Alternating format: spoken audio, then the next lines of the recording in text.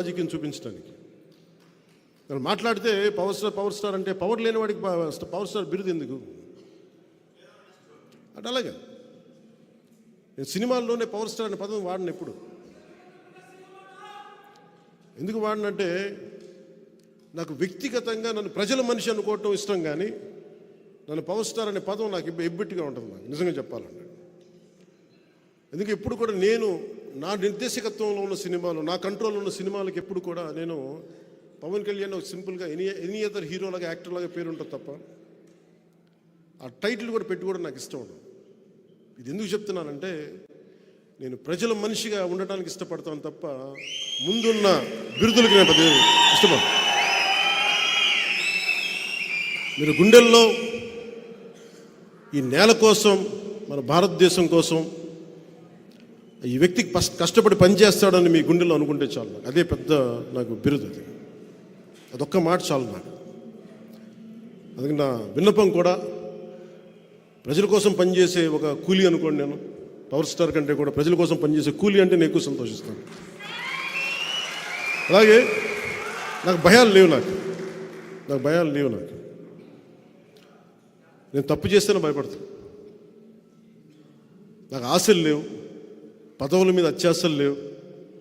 ప్రజలకి నిలబడాలన్న ఒక ఆకాంక్ష తప్ప ఏ రోజు కూడా అడ్డగోలుగా పిచ్చి పిచ్చిగా మాట్లాడి అడ్డదారులతోకి అధికారం సంపాదించాలి అని నేను ఎప్పుడు అనుకోను.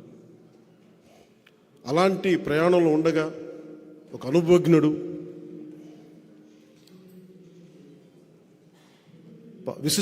విశిష్టమైన అనుభవంతో పార్లమెంటేరియన్గా ఉంటూ ఆయన ఈ రోజున జనసేన పార్టీలో జాయిన్ అవ్వడం నిజంగా బాలశౌరి గారు మనస్ఫూర్తిగా నాకు నా కృతజ్ఞతలు తెలియజేసుకుంటా ఉన్నాను.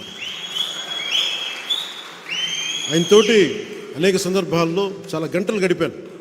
చాలా గంటలు గడుపుతున్నప్పుడు ఆయన ఒక పోలవరం ప్రాజెక్టు మీద కానీ, ఆంధ్రప్రదేశ్కి రావాల్సిన నిధులు కానీ, ప్రాజెక్ట్స్ కానీ ఆయన విజన్ చాలా అద్భుతంగా అనిపించింది నాకు. ఇలాంటి వ్యక్తి బలంగా ఇంకొకసారి జనసేన తరపు నుంచి పార్లమెంట్కి అడుగు పెట్టాలని నేను కూడా అందరిలాగా అనుకుంటా ఉన్నాను.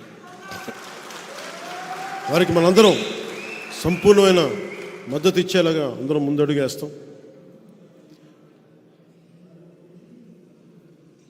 జగన్ గారు మాట్లాడితే సిద్ధం సిద్ధం సిద్ధం అని చెప్తా ఉన్నారు ఆయన. ఇది నేను మొన్న రెండు సందర్భాలు చెప్పి ముగిస్తాను. ఒకటి, సిద్ధం సిద్ధం అని చెప్పి ఊరంతా, రాష్ట్రం అంతా పోస్టర్లు. దేనికి సిద్ధం? సిపిఎస్ దేనికి? ఇందాక బాలశౌరి గారు మాట్లాడుతూ ఉంటే నేను అబద్ధమే చెప్పనన్నారు ఆయన. చెప్పేదే అబద్ధాలైనా అంటే నేను రాగానే సిపిఎస్ రద్దు చేస్తానని చెప్పాడు. అలాగే టీచర్ల పోస్టుల దగ్గర నుంచి డిఎస్సి అన్ని నోటిఫికేషన్స్ ఇస్తానని చెప్పారు, అది చేయలే. అలాగే మద్యపానాన్ని నిషేధిస్తామని చెప్పారు ఆయన.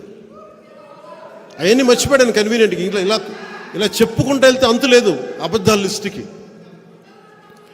జగన్ గారు మీరు బాధపడకండి, మేము వస్తున్నాం, ఎన్నికల రంగంలోకి అడుగు పెడుతున్నాం. మేము మౌనంగా ఉన్నామని చెప్పి ఏం ఆలోచించట్లేదు అనుకోకండి. వస్తాం, ఎన్నికల రంగంలోకి వస్తున్నాం. ప్రతిరోజు సభ పెడతాం, మిమ్మల్ని ఎండగడతాం. మాటకి మాట కాదు, పాకిస్తాం మాటలతోటి.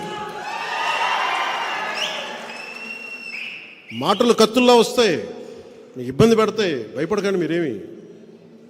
మీరు లక్షల మందితో సభలు పెట్టుకోండి. స్కూల్ పిల్లలకి ఇంటర్మీడియట్ ఎగ్జామ్స్ రద్దు చేసి మరి మీరు సభలు నడుపుకోండి. అన్నిటికీ బదులు చెల్లించాల్సిన సమయం వస్తుంది ప్రతిదీ.